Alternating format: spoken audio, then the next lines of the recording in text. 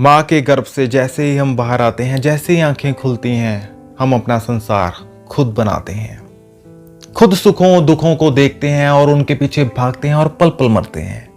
हमें खुदा, ईश्वर, परमात्मा को मानना है, उनको प्राप्त करना है, उनके परम धामों में जाना है।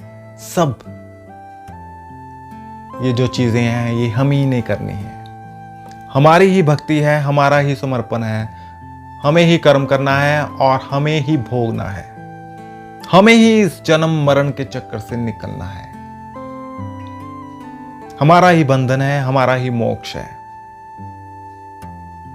सब चीजें हमें ही चाहिए, हमें ही प्राप्त करनी है।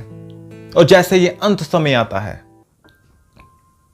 आंखें बंद होने से हमारा संसार बना बनाया अधूरा संसार हमारे साथ ही चला जाता है और मनोकामनाएं अधूरी रह जाती हैं। और जैसे ही दूसरा जन्म आता है और उन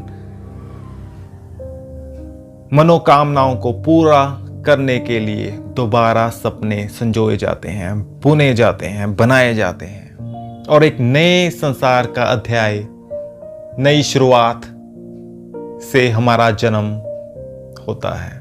और फिर पल पल मरना, पल पल प्राप्त करना, वही परमात्मा, वही ईश्वर का खेल चलता रहता है।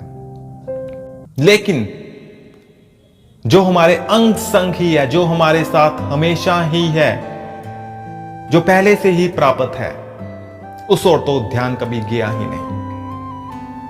ये जो प्राप्त करने की भाग दौड़ में कई जन्म हमारे जा चुके हैं, बीत चुके हैं, वो सब अधूरे हैं, क्योंकि प्राप्त करने योग्य कुछ है ही नहीं।